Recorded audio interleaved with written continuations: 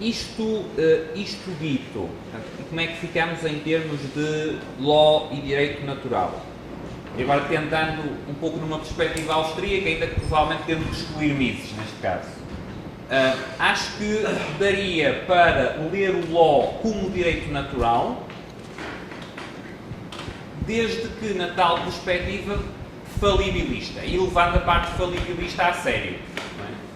Dizendo, ok, seria algo disso, mas é algo que nós não temos nem a certeza de que o que julgamos está certo, nem temos e sabemos. O que temos a certeza é que nunca chegaremos à verdade final absoluta. Iremos, idealmente, nos aproximando sempre um pouco mais.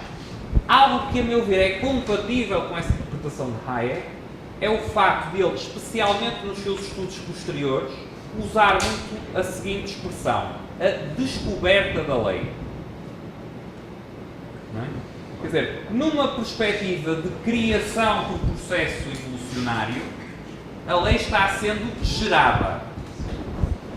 Ora, se você usa a expressão a lei está sendo descoberta, isso parece inclinar para uma posição mais próxima ou com um background justnaturalista. Não é?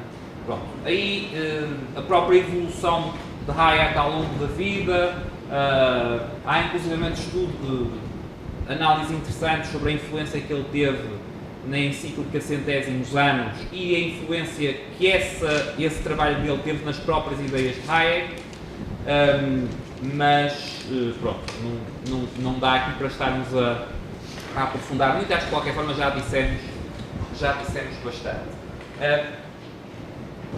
Para concluir e depois ainda permitir mais algum espaço para questões, deixem-me só introduzir o último tema. Vou fazer uma introdução breve para depois podermos, a nível da discussão, desenvolver um pouquinho mais.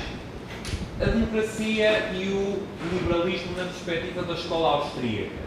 Eu aqui vou-me centrar mais em Mises e Hayek, depois na discussão podemos ir um pouco mais além.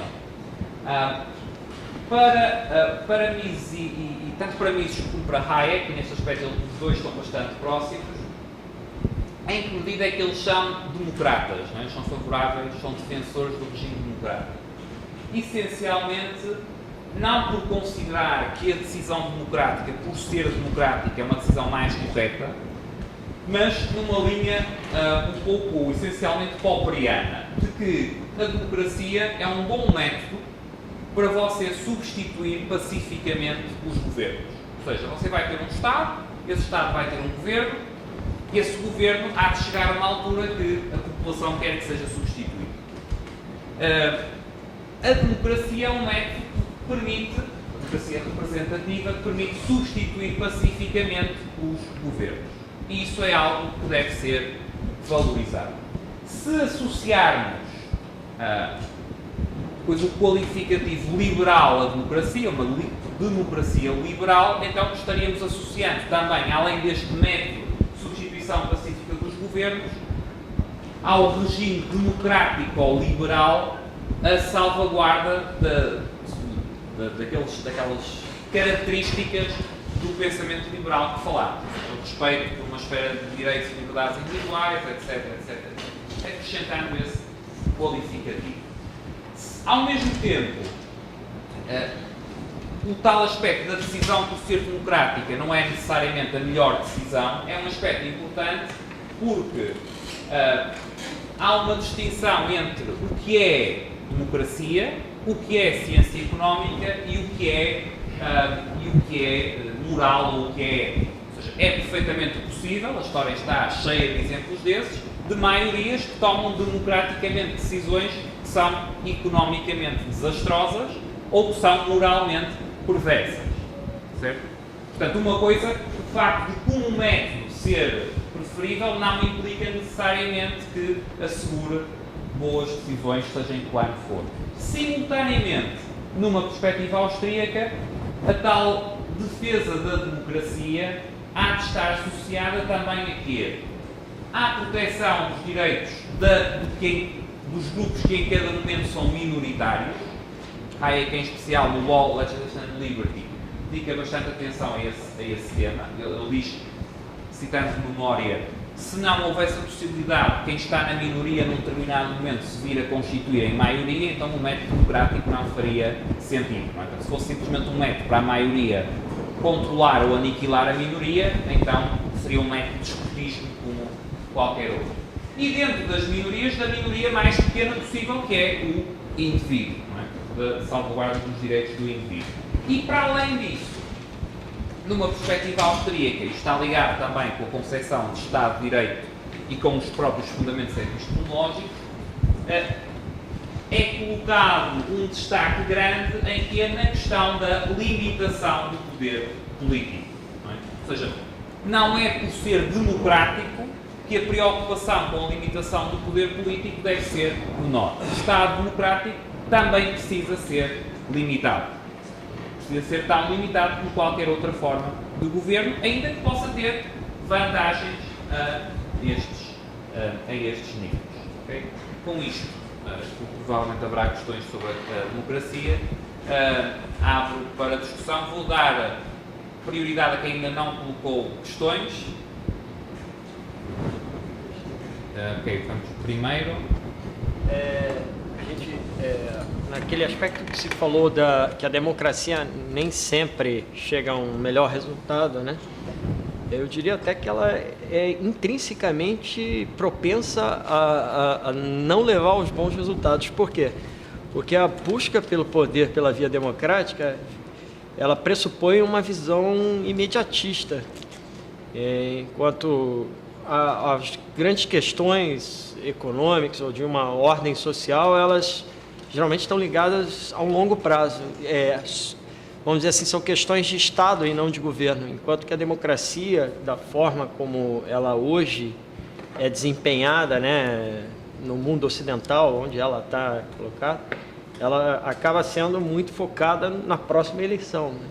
Então, como é que se vê isso na perspectiva austríaca? É um mal que a gente vai ter que conviver para sempre, ou nós vamos um dia chegar a um Estado realmente democrático? É isso que... essa minha questão. Porque eu acho que aí é que surge, volta e meia, essas vamos dizer assim, essas utopias, né? Elas se baseiam aí um pouco, às vezes, que a democracia não é o meio mais adequado para se chegar a um projeto de longo prazo, enfim, essa utopia toda. É isso que Deixa-me pensar um pouco. Uma forma fácil de não responder seria citar aquela frase: é o pior sistema, exceto por todos os outros. Não é? Mas a inclinação para o curto prazo, e aqui pensando até, talvez não em termos de escola austríaca, mas de public choice, é de facto algo que existe num regime democrático. Ou seja, quando você está competindo e está estudado em public choice, especificamente até na área de estudo dos efeitos dos ciclos eleitorais, não é? O que acontece pelo facto de periodicamente você ter eleições e que tipo de incentivos bons e maus isso gera do ponto de vista dos agentes políticos. Não é? Portanto, é de facto uma característica da democracia.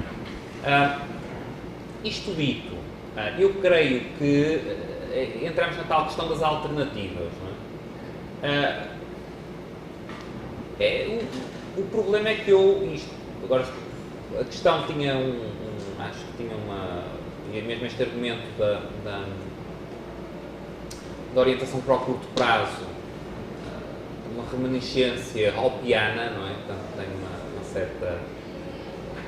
O argumento do democracy, the God that failed, o argumento central é esse, a orientação para o curto prazo da democracia. Eu não contesto tanto o argumento, que é um argumento bastante estabelecido, como disse até em public choice. O que me parece mais complexo é que tipo de sistema sistema de decisão coletiva política é que poderá eventualmente assegurar condições melhores. E do meu ponto de vista, mas é uma questão obviamente aberta para discussão, não vejo nenhuma alternativa melhor. E vejo uma coisa um pouco preocupante, que é, por vezes em alguns críticos, liberais e austríacos da democracia uma idealização de tipos de regime que, na minha perspectiva, tem muito pouco fundamento, quer teórico, quer empírico.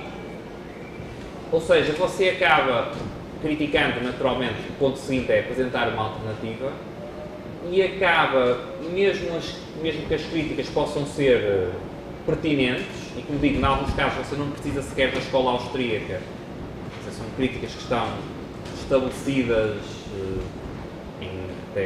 felizmente em termos mais largos e quase, em alguns casos até de mainstream em termos de public choice, mas depois a alternativa que é proposta ou que é sugerida acaba por ser muitas vezes um regime idealizado do passado. Estou pensando, por exemplo, no argumento no Democracy the God That Failed sobre a taxa de preferência temporal dos governantes numa monarquia hereditária, não é? Quer dizer, eu diria que o aspecto da crítica em termos do regime democrático me parece válido, mas não original. O aspecto da proposta alternativa me parece original, mas dificilmente comprovável como válido, não é? Ou aceitável como válido.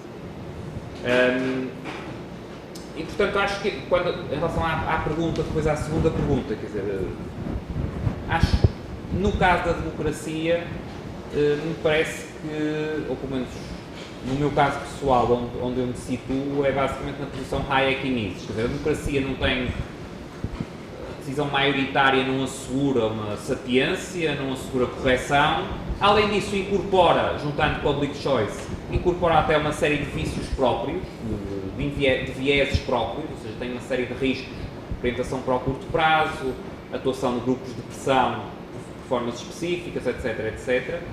Agora, os sistemas alternativos, se analisados seriamente, também têm problemas e vieses próprios, não tendo algumas destas vantagens que, como eu pessoalmente, aí talvez a minha costela conservadora, sou um cara que não aprecia particularmente revoluções, violência, etc., não me parece uma má ideia de todo,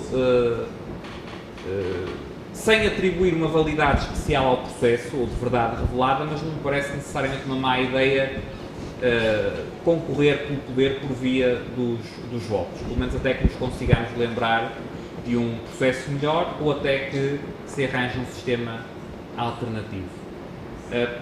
Para questões, mais uma vez, de quem ainda não tenha colocado questões, pelo menos hoje, preferencialmente em toda a sessão. A questão que ele falou de democracia, né? Uma das coisas que você acabou citando é a questão dos grupos de pressão acabarem, economicamente, inclusive, favorável pequenos grupos de pressão se organizarem para conseguir grandes incentivos, porque se todo mundo for tentar reagir, vai acabar gastando mais do que se aceitar. Uma coisa que é interessante nesse sentido é como é montado o federalismo, por exemplo, na Suíça atual, que tem algumas normas da Federação Suíça, que defesa do território e tal, que todas as autonomias têm que agir de acordo com a determinação central, mas não ocorreria lá o que ocorre aqui no Brasil, por exemplo, agora com a questão do pré-sal no Rio de Janeiro. Eu dizia, não, vamos dividir o pré-sal com todo o país. O Rio de Janeiro vai dizer, tudo bem, mas isso não se aplica aqui no nosso estado. Quer dizer, tem uma salvaguarda de quem decidiram o direito de tomar posse de alguma coisa do outro. Esse outro pode dizer, tudo bem, mas eu não concordo e comigo não se aplica. Quer dizer, existem algumas coisas que não são tão aplicadas, assim, difundidas nas democracias ocidentais, e caminham um pouco mais nessa questão de salvaguarda das minorias e tal, que estão perdendo espaço e são poucas as evidências que tem hoje em dia.